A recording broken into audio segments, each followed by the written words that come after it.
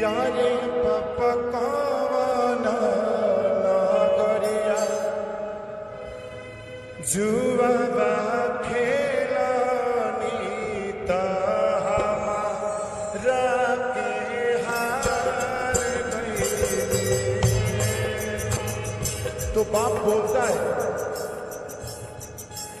कि अरे बेटी आवाधाना गरिया जुआ खेलानी तोहरा के हार गई।